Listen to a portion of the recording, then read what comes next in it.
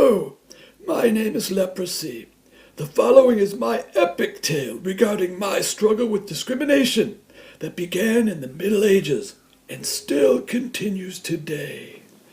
I don't really know why I'm discriminated against because all I do to people is cause severe disfiguring skin sores and nerve damage in the arms and legs.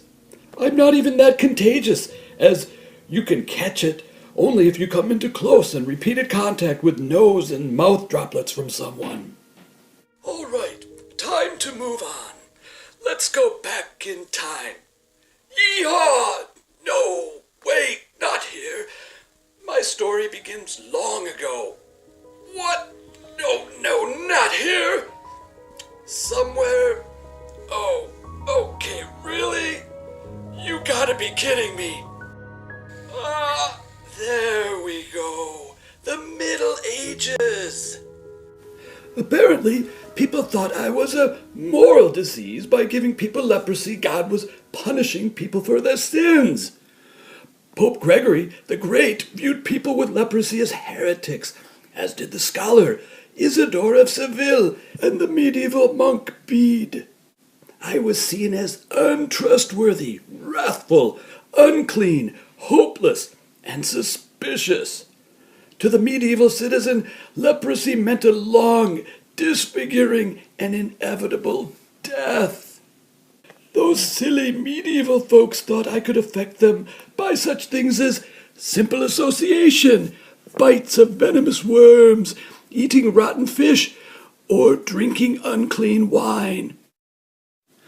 They thought they could cure themselves of me by bloodletting and the consumption of scorpions, and even eating dirt taken from ant hills. I'm fairly certain that no other disease like smallpox, the plague, or even these new kids on the block like Zika or Ebola required separate chapels or being buried in different cemeteries. My victims were often required to wear gray or white wool long robes, gloves, and masks covering their mouth. People sometimes would sew yellow crosses or the letter L to their capes.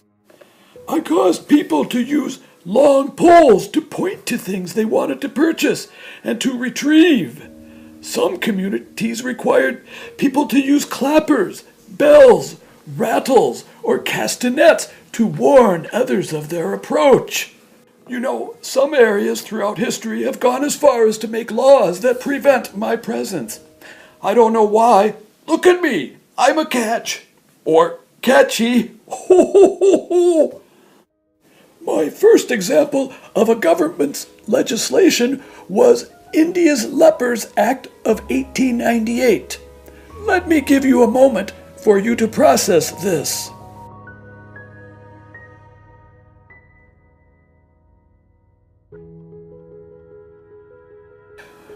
According to India's report of the Health Survey and Development Committee Survey, isolation of infected patients is the one measure which has been found to be effective in all parts of the world for the control of the disease, even though many people face family separation and abandonment, forced abortions and sterilization, inadequate food and medical care, and even hard labor. My second example is the Leprosy Prevention Law. This was put in effect at the Oshima National Sanitarium, Japan. It was enforced for almost 90 years until it was finally abolished in 1996. According to the law, people found to have leprosy or Hansen's disease were rounded up and forced to live in sanitariums.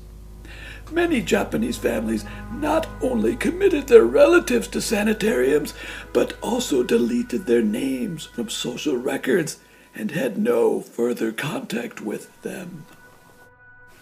I may be old, but I'm still taking names and kicking ass. I'm partying like it's the year 632. In developing countries such as South Sudan, Indonesia, and Madagascar, about 3 million people are facing permanent disability because of me. Doctors have been working overtime to develop actual ways to exterminate me instead of using those old, fun, medieval methods that I rather liked.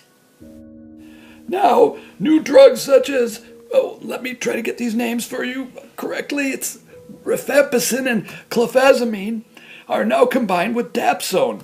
I'm going to guess the side effects of these drugs are probably worse than anything I could do to you. Well, I hope you young whippersnappers enjoyed my epic tale.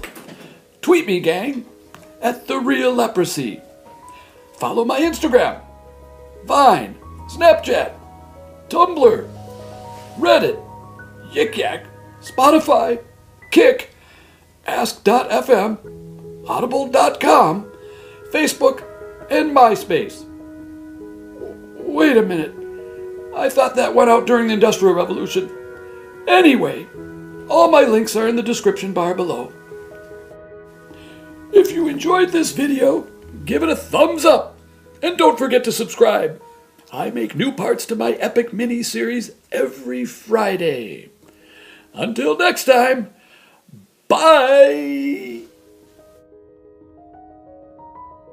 And the consumption of blah blah blah. Now... Forget it.